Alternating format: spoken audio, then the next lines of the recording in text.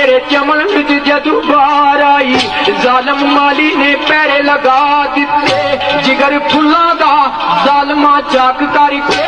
are गल रकीबा ने पा दिते एक दे दिल दे चमन वीरान करके एक दे घर दी रौनक बला दिते मैं वश सजदे सन जेड़े बागीचियां विच थले पैरां ओ फुल रुला दिते ओ मालियो तुसन इस चीज की कदर नहीं सी भाई ओ एक फुल से ओ पैरों विच रुलाने वाली नहीं सी लेकिन फिर इस मकाम तक अगली शायर ने ख्याल